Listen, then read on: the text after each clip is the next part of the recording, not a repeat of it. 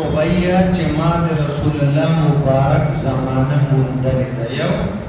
وبایعت رسول الله مبارک سره بیعت الاسلام کړه ده دوه قالت اختلفت يدي ويد رسول الله في الوضوء مختلف کېده به زما لاس او لاس د رسول الله مبارک په اوداسه کې من اناء واحد د یو لوښي نه یعنی یو لوښي نه به چې ما اوبه راخیستې حضور نو که ما به لاس کته کو حضور به د لوښي نه لاس راوچتو اختلاف دی ته یا به چې حضور لاس مبارک کته کو ما به راوچتو د دې نه څه معلوم سوال دا پیدا شو چې ام صبیه دا اجنبیه ده د رسول الله مبارک محرمه مؤبده نه ده څنګه د داسې یو لوښي نه په یو ځای باندې اودس کوي دا خو جوته کېږي او د زنانه نه چې اوبه پاتې شي هغې باندې سړي دپاره اودس کول غسل یا د سړي نه دا مذهبونه بیان شو او بیا دا اجنبیه ده اجنبیه سره رسول الله مبارک د یو لوښي نه اودس څنګه کوي او اختلاف دی چې یو لاس کته کېږي بل د لوښي نه راوچتېږي دا لګېږي ورسره اول جواب دا چې رسول الله مبارک د ټول امت روحاني پلار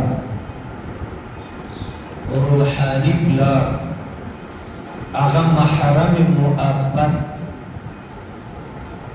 دویمه خبره دا ده چې دا واقعه د ام صبیه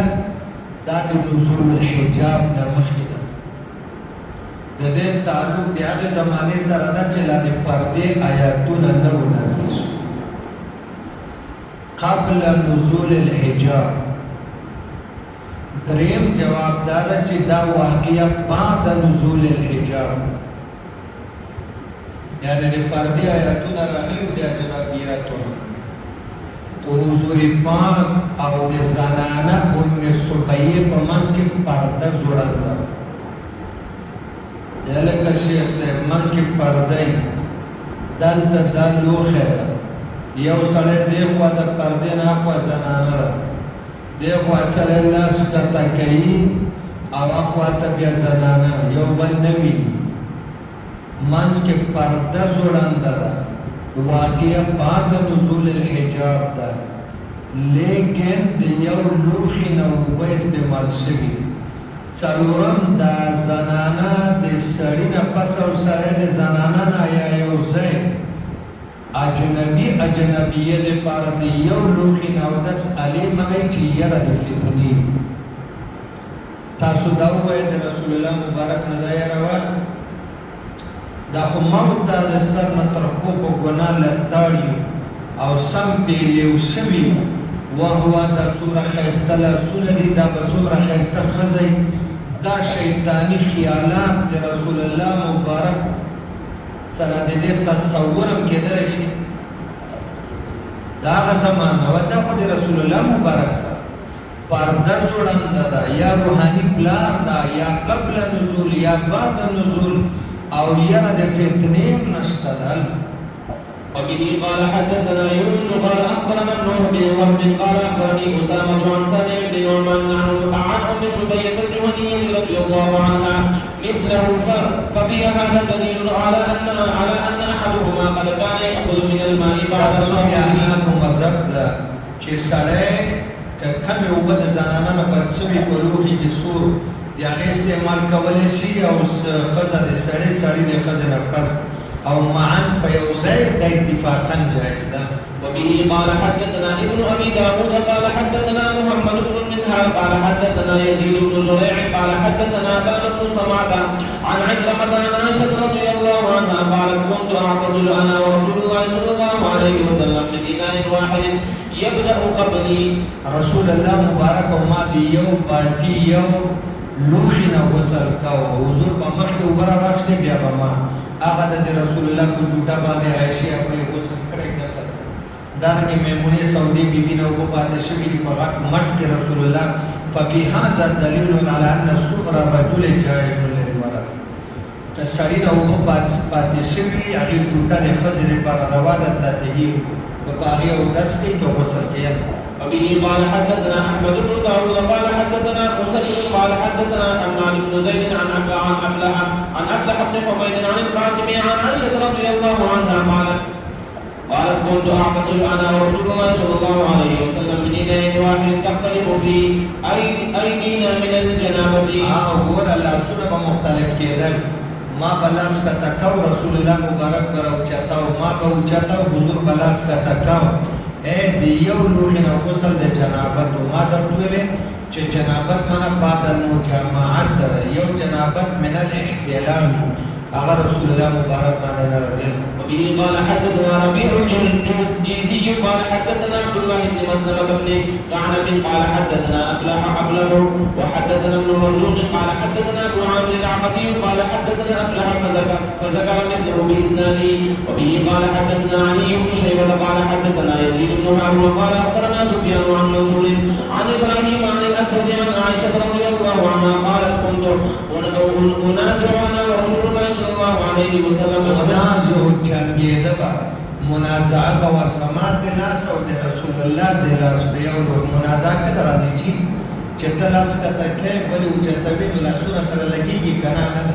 الغسل من اناء واحد من الجنابه. الغسل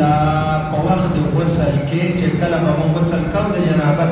د یو لوخي نه زما لاس په رسول الله مبارک لاس باندې لګېدو بیا غیر. وبه قال حدثنا سليمان بن شعيب البيساني قال حدثنا الحاشم بن قال حدثنا همام بن هشام بن عروة عن ابي عن عائشة رضي الله عنها انها والنبي صلى الله عليه وسلم كانا يغتسلان من اناء واحد يختلف قبلها وتختلف قبله.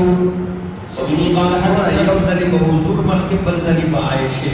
که حضور مخکې راواخیستې او به جوټه شو عائشې هغوی وکړو داس او که عائشې هغوی مخکې هغه د یو بل لپاره بلا کراهیت جایز الكراهية جدام شاطر جوابنا وسكوشا. وبه قال حدثنا ابن مرزوق قال حدثنا ابو عاصم عن مبارك بن فزارة عن امه عن معاذ عن عائشة رضي الله عنها قالت كنت انا اغتسل انا ورسول الله صلى الله عليه وسلم من اناء واحد فاقول ابقي حضور بدر زد راخشتي وبا نو خزا خاوند مینا محبت خبره و ما ورته له ابقي لقربان لگا تپریرا کنه قربان لگا تپریرا کنه وو کمایو ما بولي سيب لكي ما تقريدي لكي لا تقريدي يعني. وبه قال حدثنا محمد بن عباس بن وكيع اللؤلؤي قال حدثنا اسد بن موسى قال حدثنا المبارك فذكر باسناده مثله. وبه قال حدثنا ابن مرزوق قال حدثنا محمد جرير قال حدثنا شعبة عن يزيد الرشدي عن معاذ عن عائشة رضي الله عنها مثله. وبه قال حدثنا ابو بكر قال حدثنا ابو احمد قال حدثنا سفيان عن سماك عن عكرمة عن ابن عباس رضي الله عنهما ان بعض ازواج النبي صلى الله عليه وسلم اغتسلت من جنابة فجاء النبي صلى الله عليه وسلم يتوضأ فقال ان الماء لا ينجسه شيء. دا وګ په څه باندې دیږي یعنی کستا لاسونه وسره لګېدلې په دې باندې کنه پرې دیږي. فقد روينا في هذا الاثار تطهر كل واحد من الرجل والمرأة بسوء. ګور دې اثار مرویو کې دا پته ولګي دا چې سړی نه بعد خزه او خزه نه بعد سړی چې کوم لوخي نه سړی وګ استعمال کړي د غټ وړاو د اثر لپاره او هغه نه پاتې شوی د لاس لګېدل سود د جوټه ده هغه باندې خزه او خزه نه پس سړی د استعمال دوه دا مذهب حنفي ده. فوجب النظر هنا لنستخرج به من المعنى. باندې ګوره د باب اول نه معلومیږي چې الکه د سړی لپاره د خزې صورت د خزې لپاره سړی دا مکروه ده. د دې آثارو د مخکینی په منځ کې تضاد راغی نو موږ اوس په دې کې نظر کوو. نظر معنا دلیل عقلی ته ورځو او موږ دلته یو داسې دغه راوباسو یعنی یو وجه را پیدا کوو چې د باب اول کې کوم روایت راغلي د کراهیت او دلته روایت راغلي د اباحت چې د دواړو منځ کې تطبیق راشي او تضاد ختم شي. فوجب النظر هاهنا لنستخرج به من المعنيين المتضادين. موږ اوس نظر صحیح کوو دلیل عقلی پسې ګرځو چې راو باسو له دې دوه معناګانو نه چې یو د حرمت او بل اباحت ده المتضادین چې یو د بل سره تعارض ده معنی صحیحا یو وجه د تطبیق منشوب یو وجه. فوجدنا الاصل المتفق عليه منګه مندک یو قاعده کلیه چې پاغې د علماو اتفاق ده ان الرجل والمرأة اذا اخذا بايديهما الماء معا سړی او ښځه چې دواړه په یو ځای لاسونه کوس کړي من اناء واحد بالټي ته چاپې ته مټ ته او په یو ځای وراوړي ان ذلك لا ينجس الماء. دا په صحابو کې د ابو هريره رضی الله عنه راځي حسن بصری راځي دا که ښځه او سړی په یو ځای لاس کته کوي اوبه راخلي بالکل دا جایز ده. په دې خو د ټولو فریقینو اتفاق ده. فوجدنا الاصل المتفق علیه چې دې سره اوبه پلیتېږي نو ورأینا نجاسته کلها اذا وقعت فی الماء او دا هم راته معلومه ده چې هر قسم نجاست په اوبو کې پرېوځي قبل ان یتوضأ منه مخکې له دې چې په هغې اودس وشي او مع التوضع یا سره د اودس نه ان حکم ذلک سوا دې دواړو حکم یو برابر دی. دې دواړو حکم هلکه بالټي کې یو ګنټه مخکې نجاست لري اودس پې کېږي غسل کېږي او چې څنګه د لاس ورښکته کا او ستا د لاس سره نجاست لګېدلی او هغه اوبو سره ولګېدل حکم برابر ده که نه؟ نو که د دې ښځې په دې لاس باندې د اوبه سور ګرځي او د دې استعمال ناجایز وي نو خو دا په اتفاقي خبره ده. ګنټه مخکې ولېدلی هم نجسې دي او که دا یو ځای ستا د لاس سره د هغې لاس ولګېده بیا هم نجس په کار خو دا وه چې د معام صورت کې د بیا جایزې نه شي که نه. فلما كان ذلك كذلك وكان وضوء كل واحد من الرجل والمرأة مع صاحبه لا ينجس الماء. چې ښځه د خاوند سره او خاوند د ښځې سره په یو ځای باندې اودس کوي اوبه پلیتېږي نه لا ينجس الماء عليه كان وضوءه بعده من سؤله بالنظر ايضا بعدها. ښځه او خاوند چې په یو ځای لاس کته کوي اوبه نه پلیتېږي عجیبه خبره ده. نو که اوس ښځه مخکې اودس وکړي ورپسې خاوند یا خاوند مخکې ورسره بیا په دې ولې پلیتېږي؟ دا خو مخکې موږ قاعده وویل که نجاست ګنټه مخکې ولېدلی ده او که نه همغه وخت سره اوبه پلیتېږي. نو چې ستا ښځه تا سره یو ځای بالټي ته لاس کته کوي او د دې په لاس کته کېدو اوبه مکروه کېږي نو که ګنټه مخکې که وروسته حکم یو ده بیا پکار ده چې په یو ځای تا سره اوبه راخلي هم دا د استعمال جایز او هغې ته خو ته جایز وایې که نو که بیا یو د بل نه وړاندې وروسته وي هم نه پلیتېږي استعمال یې روا ده. فثبت بهذا ما ذهب اليه الفريق الاخر نه مراد احناف مانګه وایي چې د ښځې په جوټه سړی اودس غسل کولی شي د سړي په جوټه ښځه وایي د هغه باب په اول کې چې کوم روایتونه راغلي چې نهه رسول الله هغې سره به څه کوي جواباتو ته وګورئ. د احنافو له طرفه فریق اول ته چې اصحاب ظواهر د سفیان بن عیینه ده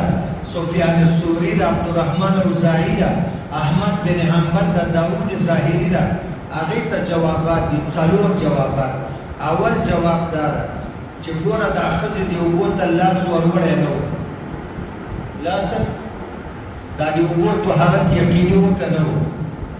او د ښځې په دې لاس کې نجاست دا یقیني ده که په مرتبه د شک کې ده. تاسو څلور قاعدې یادې کړي اصول فقه کې الیقین لا یزول بالشک الیقین لا یزول د اوبو یقیني طهارت په مشکوک نجاست باندې نه فلهذا د دې قاعدې په اساس باندې د اول آثارو جواب وشو. دویمه خبره ده روایات داسې راغلي دوه قسمه روایت اول دا راغلي چې د کوم اوبو نه ښځې اودس کړی ده او جوډه یې پاتې سړی به نه کوي دا روایتونه منسوخ شوي دا حکم په ابتدا کې و بیا منسوخ شوي دي. لہذا اوس تر قیامته پورې د سړي په جوټه ښځه او د ښځې په جوټه که اجنبیه ده او که خپله محرمه ده اودس روان. دریم جواب دا چې په کومو روایاتو کې د نهي حکم راغلی ده دا نهي د تنزیه دپاره ده نه د تحریم مانا خلاف الاولاد که طبیعت دې نه مني مه کوه ځکه د ښځې ویښته ډېر هغه سر سولهي لګوتو پورې ویښتان چې بیا په لږ اوبه راخلي هغه ویښتان اوبو کې پرېږدي نهي د خلاف الاولاد تنزیه دپاره د تحریم. او څلورم جواب دا چې فریق اول څومره روایتونه ذکر کړي د دې کتاب یو مایناز شرح ده الشیخ الامین او رکزی دا رحمت الله علیه هغه نصر الازهار لیکل د دې کتاب شرح ده او هغه کې اسماء الرجال تذکرہ لګډېره ورسره کوي فرمایي چې څومره روایتونه د نهي راغلي دي چې سړی به د ښځې په جوټه او ښځه د سړي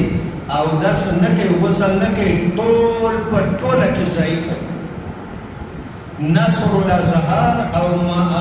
امانی الاحبار والا دواړو په دې باندې غزر اکله چې ټول په ټوله کې ضعیف دي بیا ګوره وهو قول ابي حنیفه او ابي یوسف او محمد بن الحسن دا زمونږه د ټولو احناف رایه ده چې د سړي په جوټه ښځه او د ښځې په جوټه باندې سړی طهارت حاصلولی شي که طهارت اصغري او که طهارت اکبري بغیر د کراهیت دعا وکړئ یو طالب زمونږ